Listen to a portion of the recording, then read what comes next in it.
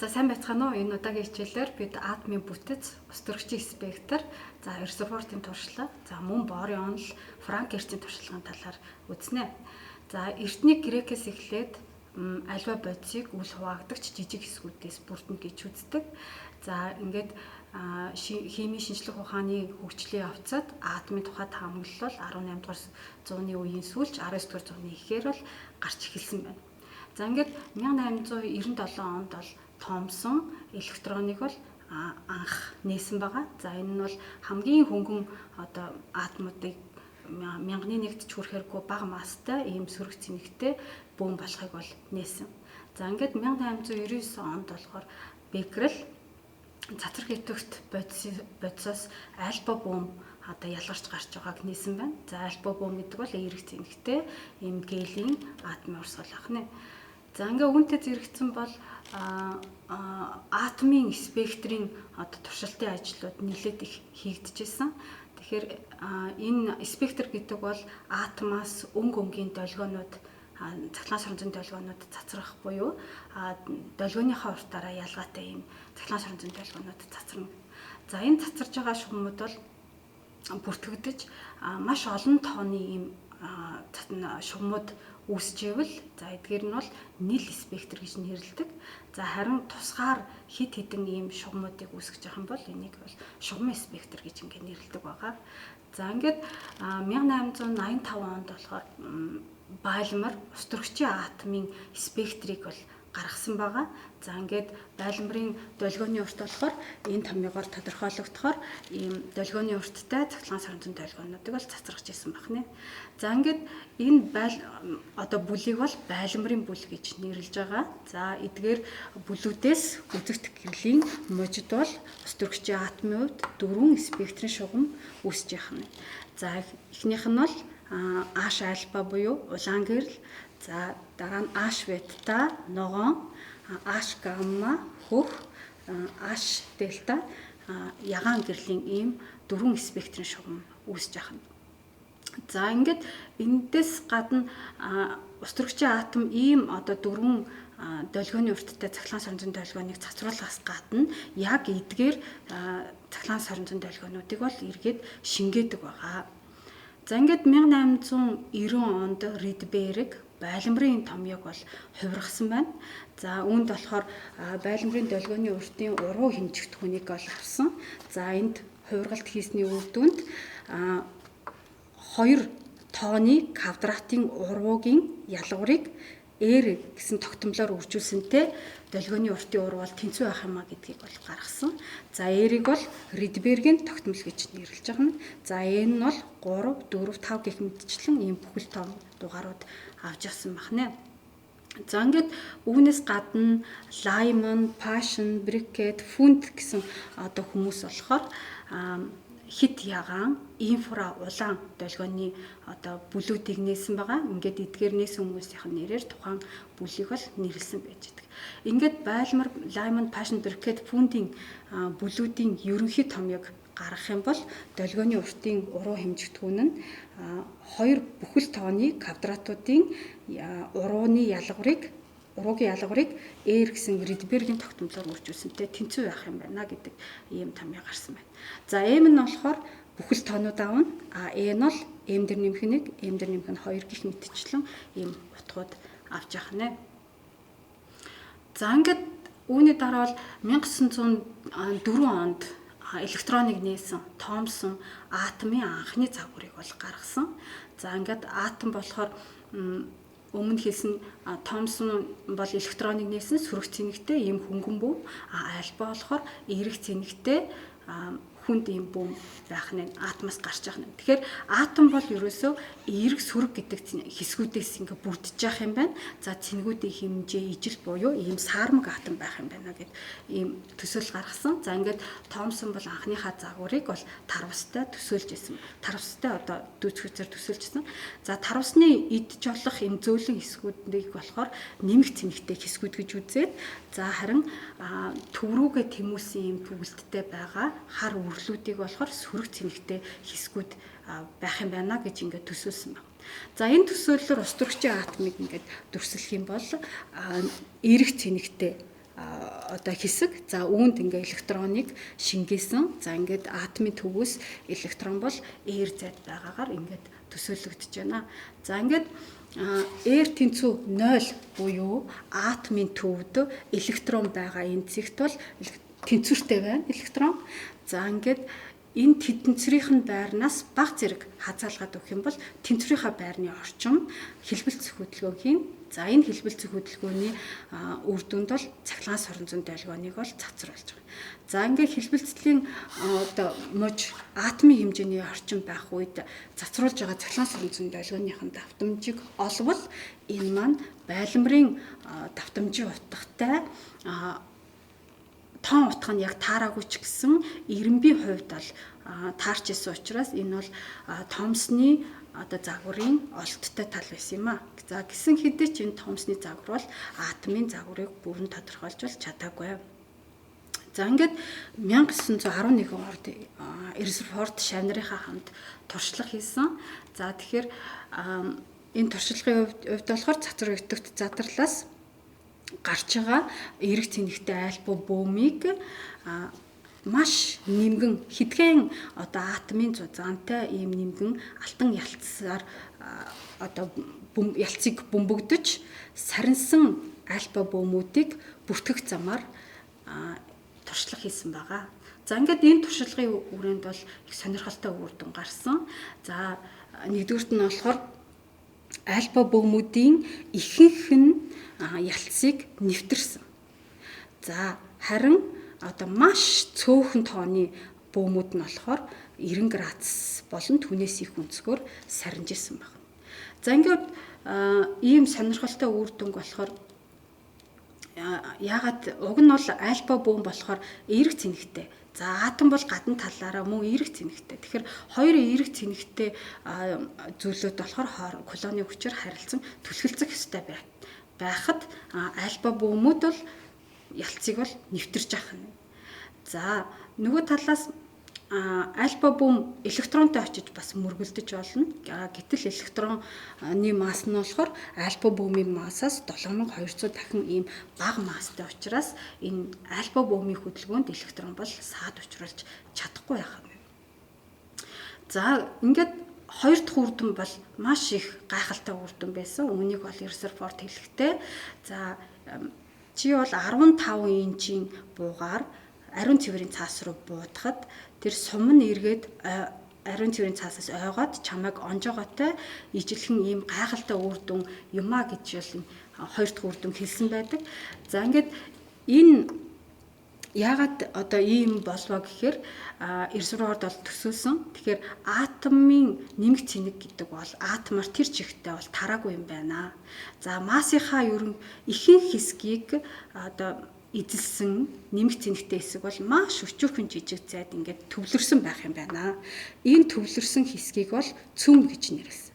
За ингээд энэ цөмөөс радиустай ийм одоо тойргоор электрон тойрч эргэж явах юм байна гэдэг ийм загварыг энэ туршлагынхаа үр дүнд бол гаргасан байна. За ингээд цөмийн хэмжээ бол ойролцоогоор 10-ын хасах 14 зэрэгт метр хэмжээтэй тэнцүү ийм байх юм. За ингээд электрон бол яг цөмийг тойроод эргэнэ. За энэ нь болохоор нарыг тойроод гаригууд иргэдэгтэй ижилхэн учраас энийг бол Резерфордын загварыг атомын гаригын загвар гэж нэрлэдэг. За ингээд хэр зэрэг одоо тооны бөөмүүд буцаж ойж байна гэдэг дээр одоо харьцуулдгийг. За ингээд атомын одоо радиус атомын хэмжээг цөмийн одоо хэмжээт харьцуулахад бол 100000 дахин ингээ зөрөөтэй. Тэгэхээр нэг атомд бол 100000 цөм багтана гэсэн үг. Тэгэхээр 100000 альбо бөөмийг бөмбөгдлөө гэхэд зөвхөн ганц нь л буцаж ойх юм магадaltaй юм а гэдэг юм эндээс харж болно. За ингээд энэ Резерфордын загвар атомын тогтвортой чанар атомын цахилгаан сорон зүйн долгион цацруулж болон шингээж болохыг бол энэ тайлбарлаж чадаагүй байгаа. Тэгэхээр энэ тогтвортой чанар гэж юу хэлж байна вэ гэхээр электрон бол E радиустай тойргоор орбита тойрч эргэж явахдаа хурдтгалтай хөдлөнө. Хурдтгалтай хөдлөж байгаа бие болгон электродинамикийн онолоор бол цахилгаан сорон зүйн долгионыг байнга тасралтгүй цацж явах хэрэгтэй. За цахилгаан сорон зүйн долгион цацруулаад байхаар түүний энерги нь бага багаар ингээ хорогдно. Энерги нь хорогдоод байгаа учраас түүний орбитын радиус багассаар электрон бол цөм дээр унаад ингээ атом сүрэх хэвээр. За атом сүрэхээр энэ бодис бол байхгүй болно гэсэн. Тэгэхээр ийм зүйл яг бодит амьдрал дээр бол гараагүй байгаа учраас энэ атомын энэ тогтвортой чанарыг бол атом тогтвортой байгаа энэ чанарыг Резерфордын энэ гаригын загвар тайлбарлаж чадаагүй юм аа. За ингээ Резерфордын бэрхшээлийг Бор шийдвэрлсэн байдаг. За 1913 онд Нильс Бор сонгодог механикийн ойлголтууд дээр Планкийн квантын таамаглал Эйнштейний фотоны үзлийг нэгтгэн хагас сонгодог хагас квант онолыг гаргасан байна. За энэ онолынхаа хүрээнд бол хоёр постулат дэвшүүлсэн. За нэгдүгээрт нь болохоор электрон стационар төлөвүүдэд байна. Эдгээр төлөвүүдэд байхдаа хурдтгалтай хөдлөх боловч цахилгаан сорон зүйн долгионыг цацрахгүй гэж үзсэн. За тэгэхээр эдгээр төлөвүүд нь болохоор электрон дурын энерги утгууд авахгүй. За энэ квант нөхцөлийг хангасан ийм стационар буюу тогтмол хэм төлөвүүдэд байна гэж үзэж байгаа. За ингээд электроны масс, хурд, радиус, за ингээд Планкийн тогтмолыг бүхэл тоо дахин авсан байх ийм квант нөхцөлийг хангасан байх хэрэгтэй. За энэ квант стационар энэ төлөвүүдэд электрон бол цахилгаан сорон зүйн долгион цацруулахгүй. За энэ нь бол электродинамикийн ойлголттой бол зөрчилдөж байдаг. За мөн дараагийн постулат нь болохоор электрон нэг стационар төлөвөөс нөгөө стационар төлөв шилжихдээ цахилгаан сорон зүйн долгионыг цацруулах буюу шингээнэ гэж үздэг. За ингээд цацруулж байгаа болон шингээж байгаа энергийг цахилгаан сорон зүйн долгионы энергийг олоход тухайн хоёр төлөвүүдийн энергийн зөрүүгээр тодорхойлогдно гэсэн үг. За энэ H-nu гэдэг энергийг бол Планкийн квантын таамаглалаар бол цацрагч байгаа энерги хэмжээ бол тасралтгүй биш квант буюу порцоор цацрах юмаа гэж үзсэн байдаг. За ингээд энэ цацрагч байгаа цахилгаан сорон зүйн долгионы маань давтамж нь болохоор ингэж тодорхойлогдох ба ингээд цацрагч байгаа цахилгаан сорон зүйн долгион болохоор Эйнштейний гэрэл бол ширхэглэх шин чанартай буюу фотоны урсгал юмаа гэсэн ийм таамаглал үзлийг нэгтгэсэн байдаг юм. За ингээд мэдээж их энергитэй төлөвөөс бага энергитэй төлөв рүү шилжихдээ бол цахилгаан сорон зүйн долгионыг бол цацруулна. Харин бага энергитэй төлөвөөс их энергитэй төлөв рүү шилжихдээ цахилгаан сорон зүйн долгионыг бол шингээх юм аа. За ингээд энэ Борын хагас сонгодог онолыг ус төрөгчийн атомд хэрэглээ. За тэгэхээр ус төрөгч бол цөмийн цэнгэннийг за ингээд цөмтөөгөө электрон нь кулоны хүчээр бол харилцуулчихлана. За энэ хүчнийхээ үйлчлэлээр цөмийг тойрон эргэнэ. За ингээд эндээс бид нар хурдныхаа квадратыг олъё. За тэгвэл ZI квадратыг хуваах нь 4πε m болно. За тэгвэл электроны бүрэн энергийг олох юм бол кинетик энерги, потенциал энергийн нийлбэртэй тэнцвэр байна. За кинетик энерги бол mb квадратыг хуваах нь 2. За харин потенциал энерги нь цөмтэй электроны харилцан таталцж байгаа потенциал энерги болно гэсэн үг. За энэ нь хасах E квадратыг хуваах нь 4πε r байх нэ. За ингээд эндээс би бүрэн энергийг олох юм бол хасах E квадратыг хуваах нь 8πε r болно гэсэн үг. За бид нар Борын нэгдүгээр постулат дээр тодорхой энэ квант нөхцөлийг хангасан стационар төлөвүүдэд л электрон байна гэж үзэж байгаа. Тэгэхээр энэ квант нөхцөлөө ингээд бичээд тэнцвүүгийнхаа тэмдгийн хоёр талыг нь квадрат зэрэг дэвшүүлээд эндээс хурдныхаа квадратын утгуудыг олъё. За ингээд n-ийн квадратыг хуваах нь малгайтай ашин квадрат, үржин малгайтай ашин квадрат хуваах нь m квадрат r квадрат болно. За энд нөгөө талаас хурдны квадрат гэдэг бол энтэй тэнцүү. Ингээд энэ хоёрыг тэнцүүлж байгаад эндээс орбитынхаа радиусын утгыг олох юм бол 4πε 0 малгайтай хашийн квадратыг хуваах нь m квадрат үржих нь n-ийн квадрат болно гэсэн үг. За ингээд эндээс харах юм бол эхний үржигт хүн бол данд тогтмол тооны үржүүрүүд байна. Тэгэхээр орбитын радиус бол зөвхөн n буюу бүхэл тоонуудаас бол хамаарх нь харагдаж байна. Тэгэхээр Rn гэж тэмдэглэе. За ингээ n-ийн утга бол нэгтэй тэнцүү байх үеийн радиус бол R1 гэж тэмдэглэх юм бол Rn нь R1-ийг үржих нь n-ийн квадрат болно. За R1 нь бол бодоход бол 0.53 им ангстром гэсэн утгатай гарч идэг. За үүнийг бол борын радиус гэж нэрлэж байгаа юм. Тэгэхээр n-р төлөвийн радиус гэдэг бол борын радиусыг n-ийн квадрат дахин одоо нэмэгдүүлсэн байдаг байна. За ингээд дараа нь энергийнхаа томьёон дотор энэ төрөний осон орбитынхаа радиусын утгыг ингээд орлуулад тавья. За эндээс хасах тэмдэгтээ m-ийн 4 зэрэгтийг хуваах нь 32π квадрат эпсилон 0-ийн квадрат малгайтай хашийн квадрат за хуваах нь n-ийн квадрат гарч байгаа. За мөн түрүүчийнхтэй ижилхэн эхний үржигдэх бол дан тогтмол тооны одоо үржүүр ногдор байна. Ингээд n нэгтэй тэнцүү байх үеийн одоо энергитэй тэнцүү учраас n-ийг хуваах нь n-ийн квадрат гэж n-р төлөвт байгаа электроны энергийг олж болно. За ингээд энэ E1 гэдэг бол хасах 13.6 электрон вольт гэсэн юм утгатай гарч идэг. За энэ бол үндсэн төлөвт байгаа электроны энерги байна. За энэ энергийг бол иончлон энерги гэж нэрлэдэг. Өөрөөр хэлбэл үндсэн төлөвт байгаа электроныг чөлөөт электрон болгоход шаардагдж байгаа энергийн хэмжээг хэлж байгаа маа. За ингээд эндээс харах юм бол үндсэн төлөвийн энерги бол энергийг n-ийн квадрат дахин бууруулах юм бол n-р төлөвийн энерги гардаг байна.